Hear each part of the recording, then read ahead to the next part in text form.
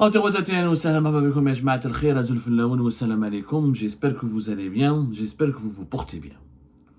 Le marché du café en Algérie, le café lui-même est devenu aujourd'hui, comme la voiture, le symbole de la gestion chaotique des affaires économiques du pays. Je vais vous raconter aujourd'hui, on va plonger ensemble dans les dessous de la gestion du marché du café dans notre pays, qui illustre l'irrationalité, l'incompétence, le manque de rigueur et l'absence de tout bon sens de la part des dirigeants actuels de notre pays. Alors, on s'est intéressé à cette question parce que hier, le 11 décembre, il y a eu une descente. Les douanes algériennes ont saisi, soi-disant, plus de 23 000 tonnes de café importées au niveau des ports. D'ailleurs, une annonce kbira, on dirait ma bêche, une opération coup de poing. Cette opération, c'est quoi? Elle a été pilotée par la Direction générale des douanes algériennes. Donc, il y avait le ministre du Commerce et de la régulation du marché national, du ministre du Commerce intérieur. Parce que maintenant, nous avons deux ministres du Commerce. Commerce intérieur, commerce extérieur. Donc, il faut aller préciser bien qu'il s'agit de Taïb Zetouni, ministre du Commerce intérieur. Le café, c'est le ministre du Commerce intérieur, qui a été accompagné par le directeur général des douanes algériennes, le général-major Abdelhafid Bakhrouch. Ils ont supervisé la saisie de 6 000 tonnes de café au port d'Alger. Selon leur déclaration, c'était hier le 11 décembre 2024, il s'agit d'une quantité qui a été saisie parce que des importateurs auraient caché ou auraient dissimulé ou auraient conservé ces cafés, ces quantités ces tonnes de café dans des conteneurs. Brani exprès l'ont fait délibérément. Ils étaient disposés dans 1200 conteneurs. Ils appartiennent à 66 importateurs et leur objectif était de créer de la spéculation ou de provoquer une hausse des prix du café. Donc ils n'ont pas voulu les commercialiser, n'ont pas voulu les mettre sur le marché national. Ils ont choisi de les conserver délibérément dans les conteneurs au niveau des ports, uniquement pour ne pas les vendre, selon les explications et les déclarations faites par le ministre et le directeur général des douanes algériennes. Ils ont affirmé l'État a accordé toutes les autorisations pour l'importation de café en quantité suffisante au profit des consommateurs et en temps voulu, mais ces importateurs ont stocké les quantités importées au niveau des ports, ce qui a effectivement entraîné des perturbations dans plusieurs marchés. Kif, le directeur général des douanes, il a parlé du refus de procéder aux déclarations douanières requises pour faire sortir leurs marchandises des ports. Ce comportement prouve selon lui que les opérateurs impliqués avaient délibérément l'intention de créer la pénurie sur le marché. Rien ne justifie que cette marchandise importée en septembre n'ait pas été dédouanée à ce jour, sachant que les formalités ont été simplifiées au maximum. Donc quand on lit l'Algérien, quand il lit, alors on parle d'abord de 23 000 tonnes de café, c'était stocké, après on parle de 6 000 tonnes de café, ensuite on parle de spéculation, de mafia, on a l'impression que ces importateurs c'était des mafieux, ils ont délibérément choisi, encore une fois, de cacher ce café pour ne pas le commercialiser afin de provoquer une pénurie. Est-ce que cela c'est vrai? C'est du mensonge, totalement du mensonge, c'est du mensonge inédit et historique. Le café, d'abord il n'y a pas 23 000, il y a plus exactement, oui, effectivement il y avait 6 000 tonnes. Dans 2100 tonnes, c'était des anciennes quantités. Et dans le reste, c'est des quantités qui ont été autorisées à l'importation par le gouvernement. Je vous explique comment ça se passe. Le marché algérien en ce moment du café, il est complètement déstructuré. Le café, ses prix internationaux ont augmenté.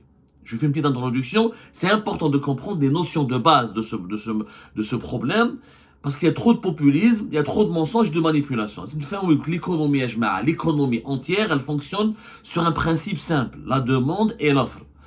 Quand la demande elle est plus forte que l'offre, c'est normal que les prix partent à la hausse.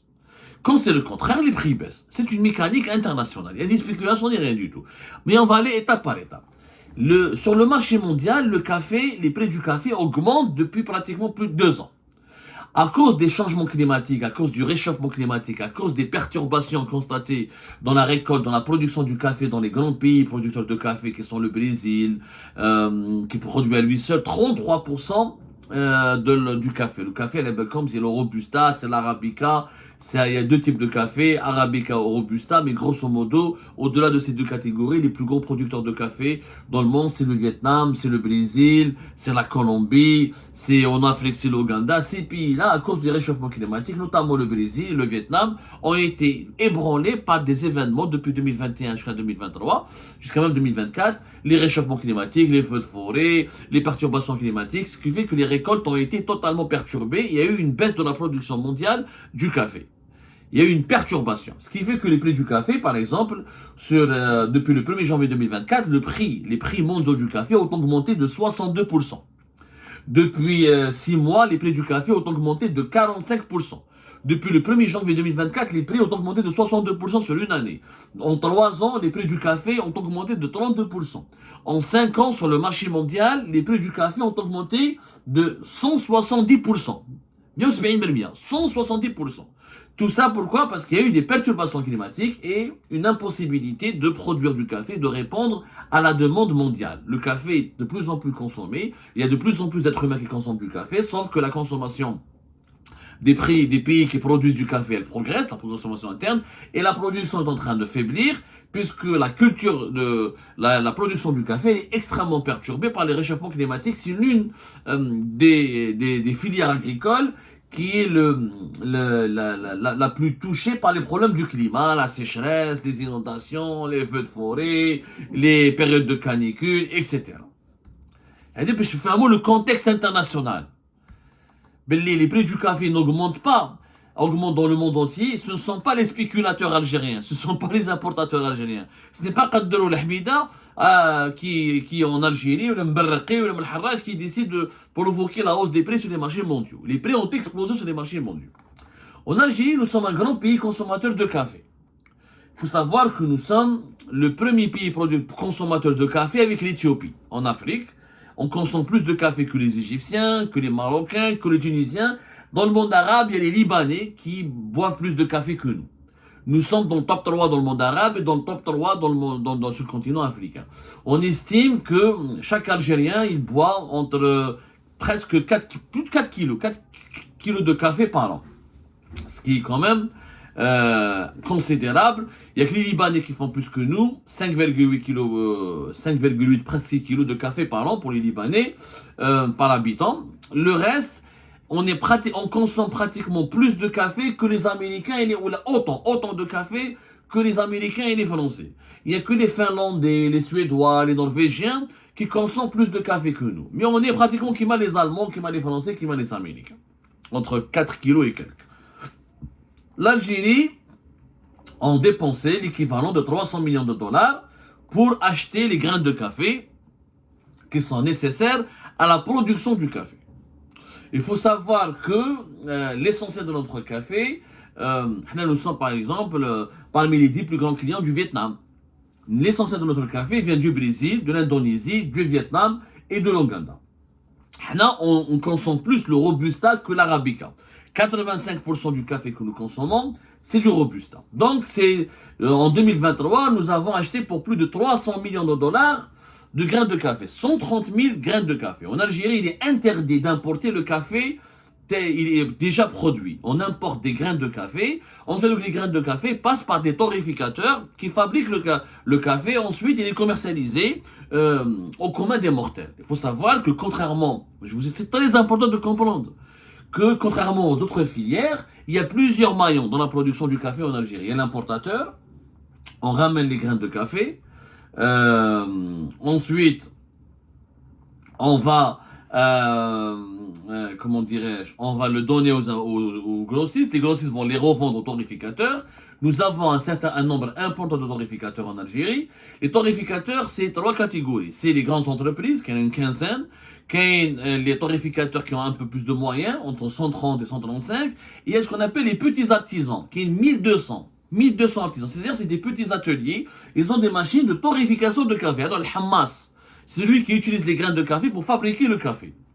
Donc c'est une industrie locale où il y a beaucoup d'intermédiaires avant d'arriver vers le commerçant détaillant et ensuite vers le consommateur final. Il y a les torréficateurs, il y a ceux qui ont des moyens, des usines.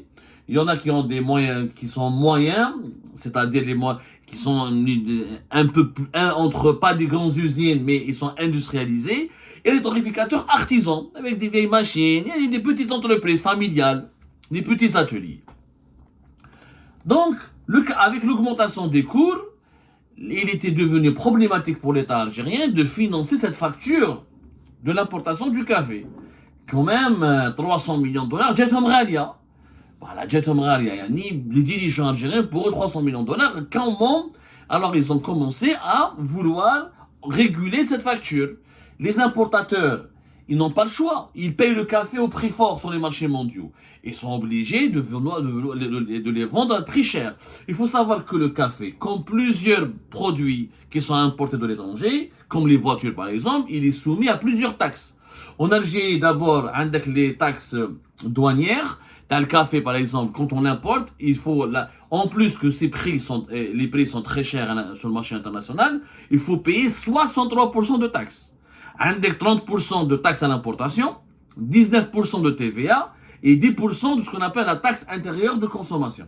Ce qui fait que le total, lorsque le café pour que le café soit commercialisé sur les marchés algériens, il faut payer des taxes de 63% en plus de son prix qui est déjà très élevé sur le marché mondial.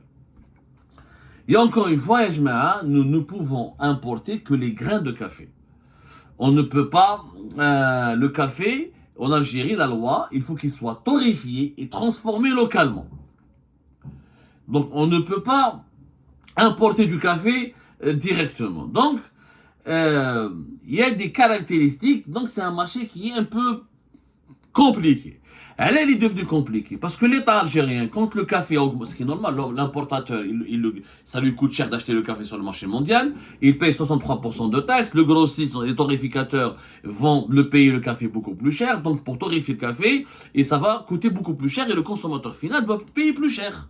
C'est la loi de l'offre et la demande. Et le café il est plus cher sur le marché mondial, il sera plus cher sur le marché algérien. On ne produit pas du café, on l'importe. Il y a plus de demande mondiale sur le café, moins de production, les prix augmentent.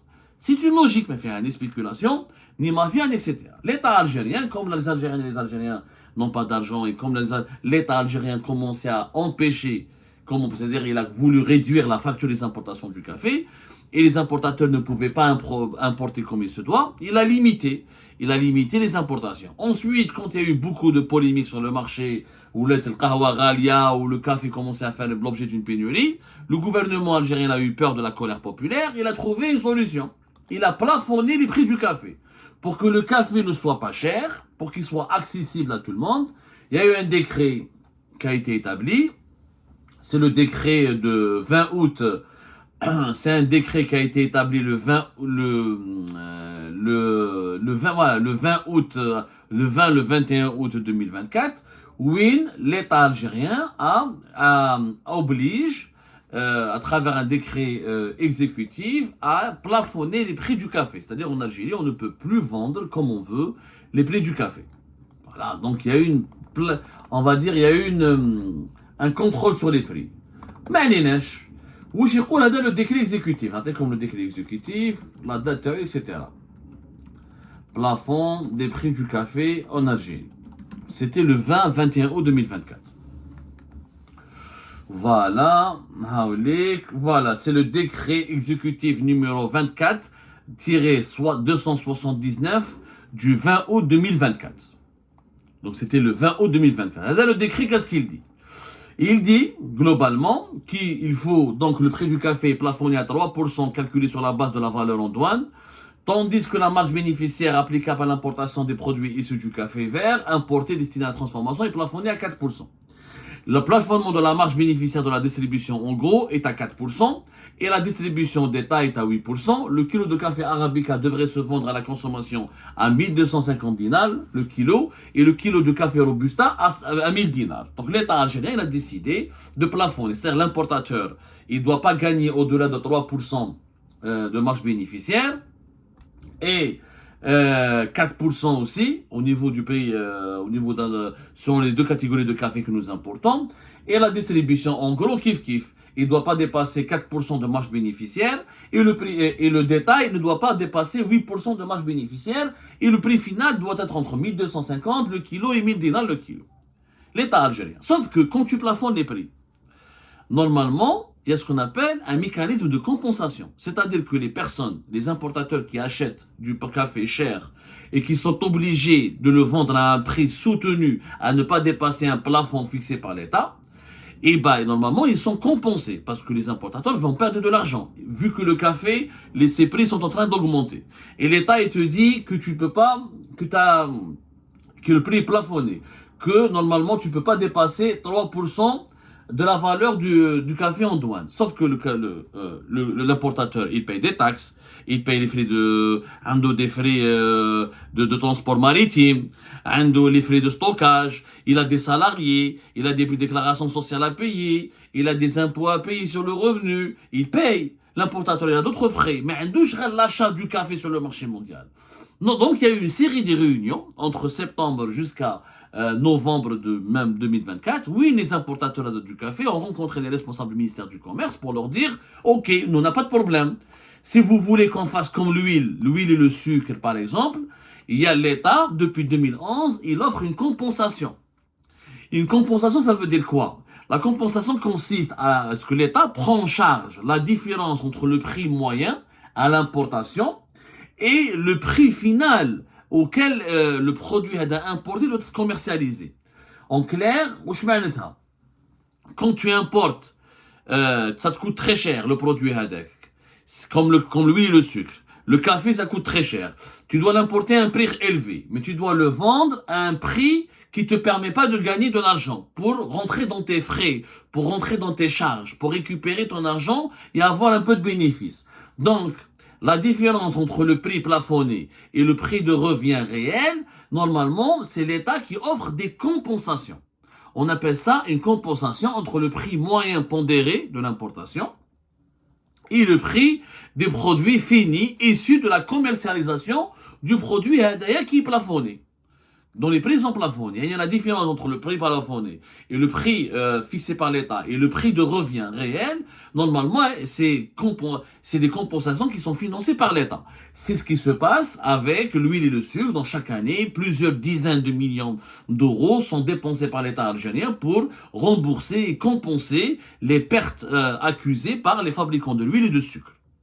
Sauf que cette fois-ci, pour les importateurs de café, depuis août, le décret exécutif qui plafonne les prix.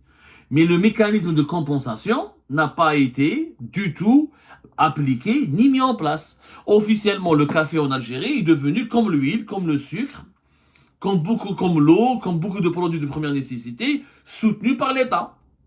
Comme les céréales, comme les carburants. Sauf qu'il n'y a pas de compensation. De fin août 2024 jusqu'à fin de l'année, jusqu'au 12 décembre 2024, les importateurs algériens n'ont pas touché un centime de la part de l'État. Donc, ils sont en train de perdre de l'argent. Donc, ils sont menacés de faillite. Pourquoi le café qui était stocké au port, les importateurs n'ont pas voulu le commercialiser? Pour une raison simple, que s'ils l'ont commercialisé au prix qui est plafonné par l'État algérien, les importateurs, on a fait nos calculs, on va perdre 300 dinars par kilo.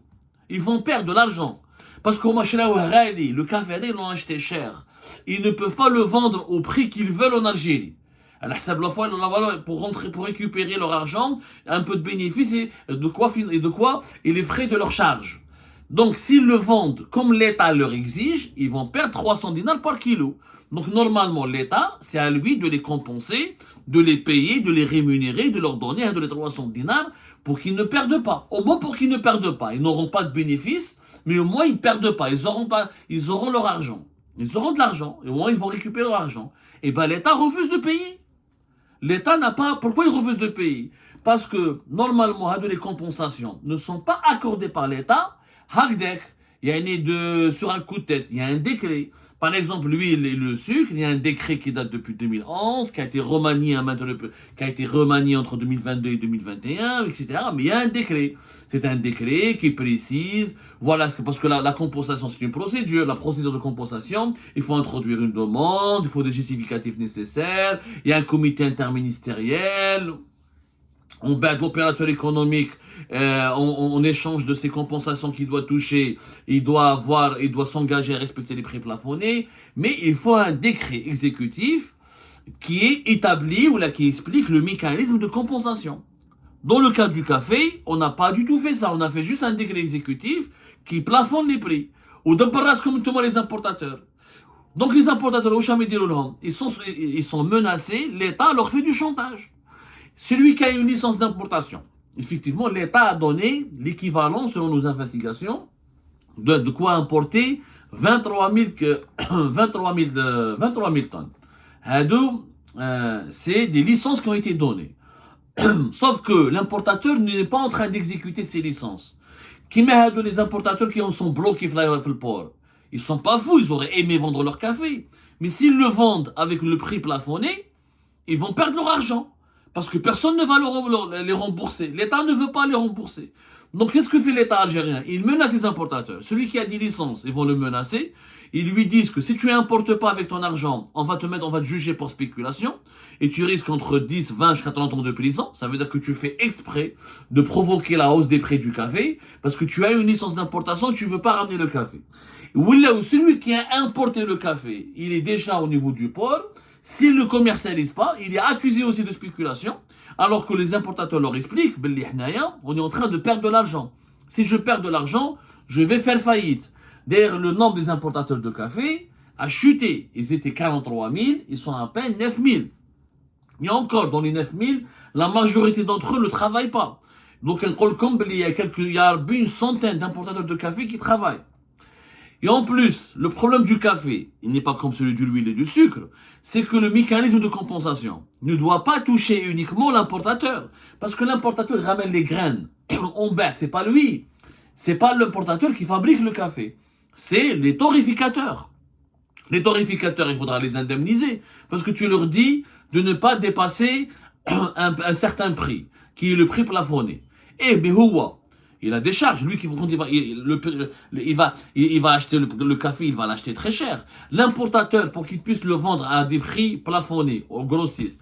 Et le grossiste qui doit le vendre à des prix plafonnés au tonificateur. Le tonificateur, il doit le fabriquer et le revendre à des prix plafonnés au consommateur. Mais au bout de toute cette chaîne, personne n'est compensé. Les pertes qui sont accumulées entre le véritable coût de la fabrication du café et le prix de commercialisation, il y a une différence. L'État ne veut pas payer. Non seulement l'État algérien ne paye pas, il fait du chantage, il fait de la menace. L'État algérien, il oblige les commerçants algériens et les importateurs algériens à utiliser, à dépenser leur propre argent, à perdre leur argent, à tout simplement perdre leur argent, juste pour les beaux yeux de dirigeants algériens qui doivent dire il y a du café en Algérie. Quand il y a le café, nous sommes en train de l'importer.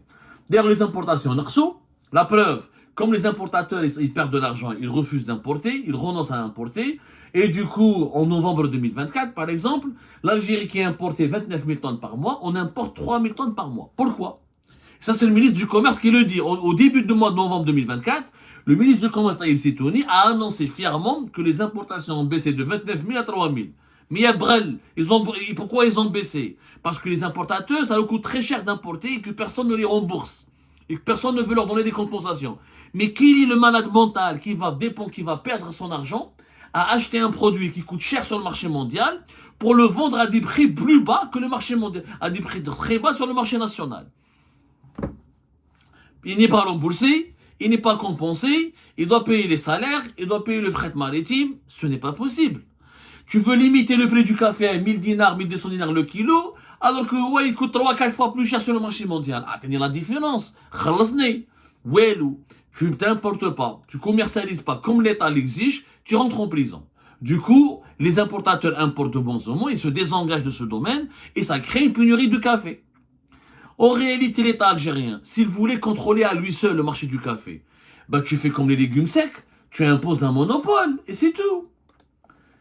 Tu fais un monopole. Je rappelle que ce qu'on a fait avec les céréales et les légumes secs, en août 2021, il n'y a que l'État qui peut importer le blé et les céréales à titre exclusif, et depuis février 2023, il n'y a que l'État qui peut importer, à travers l'Office algérien interprofessionnel des céréales, il n'y a que lui qui peut importer les légumes secs et le riz. Si vous voulez que l'État s'occupe essentiellement du café, donc il faut nationaliser, il faut donner le monopole de l'importation du café à l'État. ودير كيما زمان نعاودو نولو retour à l'économie socialiste, à l'économie communiste pour سوق الفلاح et que l'État se débrouille. Mais tu ne peux pas faire du chantage, menacer, intimider les opérateurs privés en leur disant perdez de l'argent, acceptez de perdre de l'argent, vous devez perdre de l'argent, et fermez votre gueule, sinon je vous mets en prison. C'est un État mafieux. C'est plus de l'économie, c'est un État mafieux. C'est une gestion mafieuse de la part de l'État. Si l'État ne veut pas rembourser les importateurs et les commerçants et les torréficateurs, il ne veut pas les soutenir, leur donner une compensation financière, il n'a qu'à s'occuper lui-même de l'importation du café avec l'argent de l'État et ensuite il va vendre au prix qu'il veut aux torréficateurs, aux grossistes, aux khlas. Dis-le qui met les légumes secs. On va faire des monopoles partout. Le retour à l'économie socialiste. Le retour à l'économie socialiste et communiste, ça veut dire que nous allons dépenser beaucoup d'argent pour financer des produits de première nécessité. Et c'est pas normal, c'est anormal, c'est irrationnel. En fait, c'est très simple. Il aurait fallu que, avant de plafonner les prix du café le 20 août 2024, que le ministère du Commerce fasse son travail, dès une étude, et va décider de mettre en place, de préparer un autre décret exécutif qui offre des compensations, comme l'huile et le sucre, pour les producteurs et les importateurs de café. C'est très simple. Gaël, vous perdez 300 kilos, 300 kilos, c'est l'État qui vous rembourse. Si tu ne veux pas rembourser, tu nationalises et tu imposes le monopole de l'État. Ils n'ont pas fait d'études préalables, ils ne veulent pas travailler, ils ne sont pas rigoureux, ils sont dans la gestion mafieuse, dans le chantage, dans l'intimidation et dans la menace. Et ce n'est pas comme ça qu'on va résoudre les problèmes économiques du pays.